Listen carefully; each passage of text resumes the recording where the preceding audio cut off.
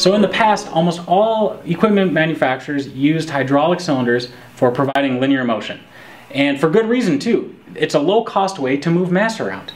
However, there are encumbrances involved in this technology, such as leaky hydraulic systems, fairly poor positioning and velocity control, and finicky feedback devices, because you have to use a linear feedback device such as an LTD. Moving in today's world, equipment is largely PLC based, with most of the motion control provided by electric servo motors. So this has sort of spoiled us engineers into the controllability of electric servo motors, and then when we kind of revisit hydraulic cylinders, they seem comparatively antiquated in terms of their controllability. So Exlar Corporation, a Minnesota-based company, identified this kind of contrast of technologies, and they created a product called a roller screw actuator. And a roller screw actuator offers engineers the performance, the physical performance value of a hydraulic cylinder, such as force, speed, and life, with the controllability of an electric servo motor. So let's dive into this technology and see what exactly it offers engineers, and more importantly, how it works. So what does a roller screw actuator offer your application? The physical performance of a hydraulic cylinder, such as forces as great as 40,000 pounds, speeds as fast as 40 inches per second, and very long life expectancy. Now, the other major offering is the controllability of an electric servo motor, because this is in fact an electric servo motor driven mechanism. And you can achieve an infinite number of positions and achieve very great speed control. So this demonstration is designed to illustrate that, and here I've got an Exlar Tritex. So this product is a little bit different than their bread and butter product by the fact that it's got a servo amplifier and controller mounted to it, which make it exceptionally good for retrofit applications where you don't want to build a new control cabinet housing servo drives. So I can provide it just an analog input and choose positions and velocities based on that.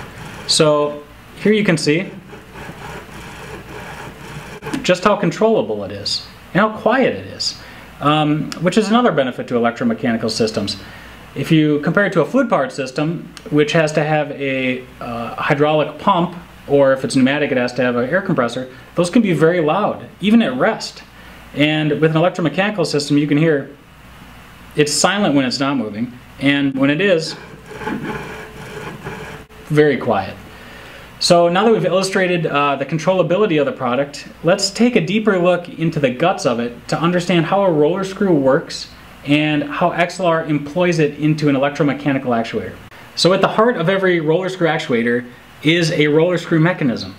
And here it is right here. So I've got this black tube and I've got this rod. And in between the rod and the tube are a series of planetary rollers. And they provide the interface between the two devices as to minimize the friction and also transfer the rotational motion into linear motion. So you can see as I spin the tube, the rod will advance. Okay, and I can decouple these quickly, and now you can see them more closely. The tube is threaded on the inside, as we said, and the rod has a series of planetary rollers attached to it, which happen to be cogged. So there's never any sliding between the roller interface and the rod, or the roller interface and the tube. So now that we know how the mechanism works, let's see how Exlar employs it into one of their actuators. So now that we're looking at the guts of the Exlar actuator, let's talk about two key design features that enable some unique possibilities. Now the first is that Exlar has the motor in parallel with the mechanism, meaning they've got magnets attached to the tube and a copper winding stator wrapped around that. That's unique because it decreases the total length of the actuator when compared to a ball screw or an Acme nut style, which would have a motor hanging off the back, somewhere to about my hand here.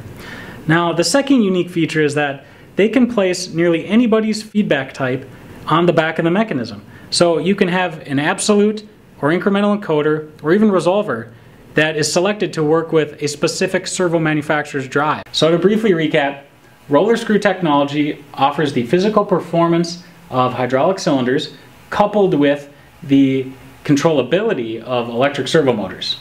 So for assistance in evaluating whether roller screw technology is appropriate for your application, please consult with PowerMation, and we'll be happy to help with that process. Thanks for spending some time with me today, guys. We'll see you next time.